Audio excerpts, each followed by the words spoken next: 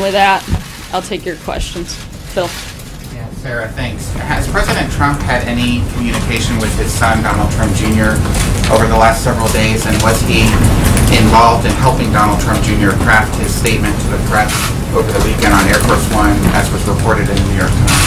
I'm not sure about specific communications and the nature of those conversations. I know that they've spoken at least some point over the last few days, but beyond that, I don't have any other further details. With his response? Not that I'm aware of, but I just don't know the answer to that, Phil. So is that not true? I'm telling you, I'm just not sure. I don't know the answer. I'll have to check and let you know. Yeah. Matthew. Thank you. You opened today by talking about the strong character and integrity of Christopher Wray. He said during the hearing today that he does not consider Mueller's probe to be a witch hunt. Neither do Republican leaders in Congress, neither does Rod Rosenstein of the Justice Department. So why does the president continue to call it a witch hunt, especially now that there's hard evidence, released by his own son, that the campaign knew that Russia sought to interfere in the election? I think the president's made extremely clear his position on that, and it certainly has not changed. Why he calls it a witch hunt? Because the president knows very specifically any action or inaction that he's taken, and so I think that's pretty clear. Does that include members of his campaign? Look, I think we've been extremely clear, and I know Don Jr. was, and discussed it at length last night, as did the president's personal counsel over the last couple of days, and have walked through that very detailed. I think if there's been any evidence of collusion in 2016 that's come out at all or been discussed that's actually happened, it would be between the DNC and the Ukrainian government. I don't often quote the New York Times, but even one of their reporters tweeted earlier today that why this example provides evidence of collusion, quote, cooperation was between DNC officials and officials from the Ukrainian government, not just some associate. Ukrainian actions to coordinate with the DNC was actually successful, unlike anything shown by Don Jr.'s emails. Information passed to the DNC from the Ukrainian government directly targeted members of the Trump campaign in an attempt to undermine it. And that was just Ukraine. The other big news was the foreign intelligence dossier that the president's political opponents funded and disseminated widely and was based on discredited opposition research from foreign intelligence sources. The only collusion I've seen, and that's certainly been proven, would be between those people. Major. So, does the president support the 3 changes that Senate Republicans have made in the health care bill to retain all of the tax increases on upper income investment earners and healthcare CEOs, and if so, why? I haven't talked to him about the specific breakdown of those 3 things. I think the president, from day one, has been very clear about his priorities when it comes to the healthcare legislation. That's what he's focused on, and beyond that, I haven't gotten into the details with either he or Mark Ford. Those tax increases, which Republicans have criticized since their enactment, fulfill the president's pledge to repeal the Affordable Care Act when they are foundational tax increases of that very law? I'm not sure on that specific piece, but I do know, again, the president is committed to fully repealing and replacing Obamacare. Can you do that and keep those tax increases? I'd have to look at the specific piece you're talking about, and I haven't done that, Major. So let me just ask you one question on this issue of those within the administration who have had to subsequently admit or concede contacts with Russians. Mike Flynn, Jared Kushner, the Attorney General, and now Don Jr. Can you explain to us why there is this plague of amnesia that affects all these people associated with the campaign and one country only? Look, I think if you want to talk about having relationships with Russia, I'd look no further than the Clintons. Bill Clinton was paid $500,000 to give a speech to a Russian bank, personally thanked by President Putin. Hillary Clinton allowed 1/5 of America's uranium reserve to be sold to a Russian firm whose investors were Clinton Foundation donors. The Clinton campaign chairman's brother lobbied against sanctions on Russia's largest bank and failed to report it. I think if we're looking at Russia relations with anybody, it would be directly with the Clintons. My question was specifically about the need and the requirement to re-remember things that were not disclosed or forgotten. And I'm just trying to get your explanation as to why so many people can't remember contacts with one nation and the inquiries lead them to then remember and then subsequently disclose them? What does account for this plague of amnesia? Every single day we do our very best to give you the most accurate information that we have, and we continue to do that every single day and have offered to be as transparent as possible with all committees and anyone looking into this matter. This doesn't suggest to you a pattern of not trying to be transparent. Not at all. Again, like I said, our goal is to be as transparent as humanly possible and to put every bit of information that we have at the forefront and willing to cooperate with anybody that is looking into the matter. When it's not at the forefront, when it has to be concealed, and then security clearance forms, in the case of Jared Kushner, have to be amended, and there's a re-remembering forced on them either by investigators or by journalists. How is that being at the forefront of transparency? Again, every time a question's asked, we give you the best information that we have and try to give you as full and accurate information as possible at all times. And you've done that in this case? Absolutely. So just, I guess, so we're all on the same page, and now you've had time to look into all these various meetings and people can remember things.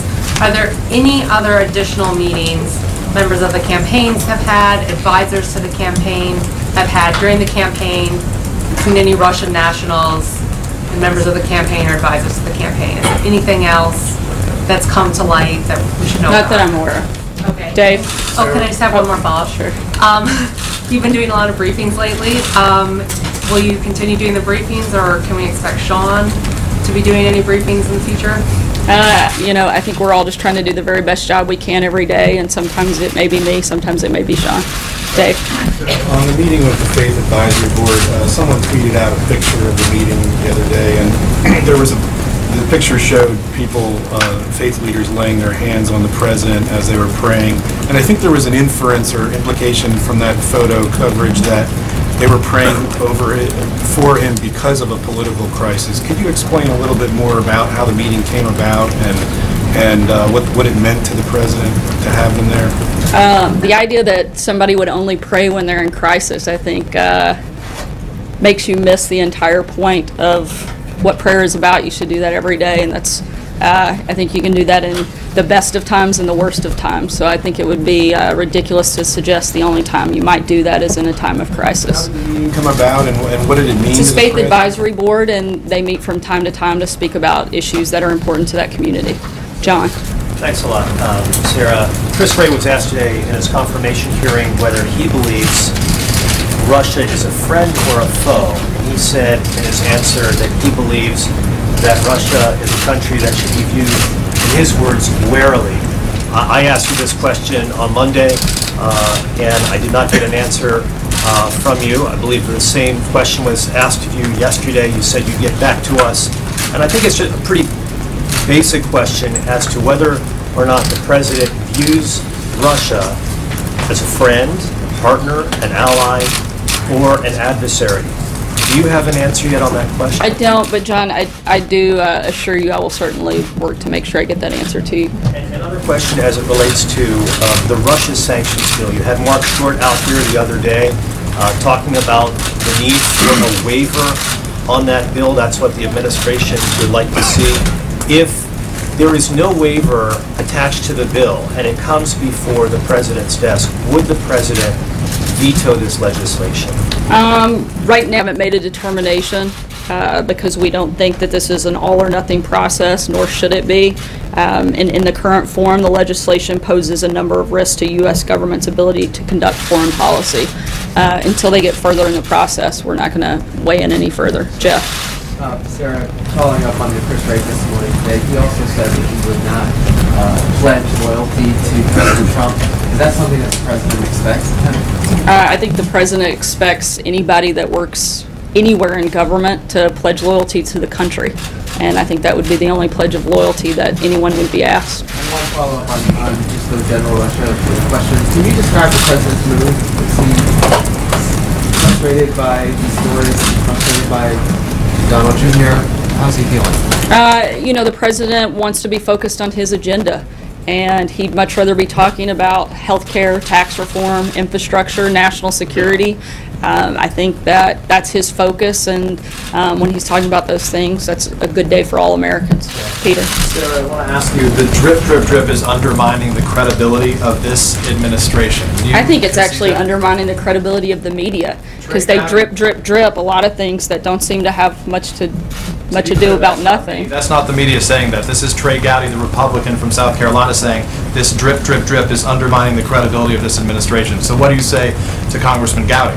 I think I just answered that. So let me ask you, if I can, separately. You said, being asked about the witch hunt a little bit earlier, you said the president feels comfortable saying, as he's made clear, that it's a witch hunt because, in your words, he knows any action or inaction that is taken. But given the fact that Jay Sekulow and you have conceded that the president, or the outside counsel has conceded that the president was not aware of Donald Trump Jr., his own son's meeting with someone who was there under the guise of representing information from the Russian government, how can you say with certitude that the president does know any action that has taken place? I think Jay Sekulow discussed this at length and covered that nothing inappropriate had taken place. But would you concede the president does not know? There may be actions that took place that the president does not know about. Once again, I think the president's been very clear about his opinion on the matter. So sir, just two things. One, on the issue of transparency. We now have 3 straight weekdays where there hasn't been a single public event on the president's schedule. That's unusual for any president, especially this one, who, through the first months of his presidency was constantly, bringing the pool in. We saw him doing a number of events a day. Why the sudden secrecy and hiding from the public that we're seeing now? Why has the president not been visible to the public for the better part of a week? There's nothing secret about having meetings, which I read off to you earlier, with members of his staff and members of the administration. The president had an incredibly robust schedule overseas in both Poland and Germany, and he's preparing to leave this afternoon, where he'll be spending quite a bit of time with a lot of those of you who are traveling, and we'll be taking questions from you guys tomorrow. And then on the Don Jr. emails, you've heard from a number of Democrats who have raised serious questions about the fact that Jared Kushner was also part of that meeting. He was part of that email chain, knew what that meeting was about, knew what was promised. What do you say to Democrats who say that Jared Kushner's security clearance should be revoked? Once again, we don't discuss security clearances, but I think Democrats are trying to play political games, and I think it's ridiculous. Is there any concern over the top advisor of the president? Did nothing wrong? No. Tomorrow. Thank you, Sarah. You just said he'd much rather be talking about tax reform and healthcare and infrastructure. What has stopped him this week from talking about any of those? Like I said, he's been talking about those internally. Look, he does that through a number of ways. We've been up here every day that I've been up here this week. I've included a pretty heavy portion of the opening statement has to do with health care and a number of other issues that are part of the president's agenda. We've put out multiple statements on several issues, and members of his cabinet have been very active in public capacity this week. And just because it's not the president directly standing behind a podium making a speech doesn't mean he's not communicating to the American people or pushing his agenda forward. Right, but Jeff asked you how he was feeling. He said he was frustrated because he'd much rather be talking about these things. Now you're saying he has been talking about these things. He asked me specifically about that issue and whether or not he was frustrated by that issue. John Gizzi. Thank you, Sarah. 2 questions. First, thank you very much. Just 2, not 3 today? Not 3. First, thank you very much for getting back to me on the blue slip question.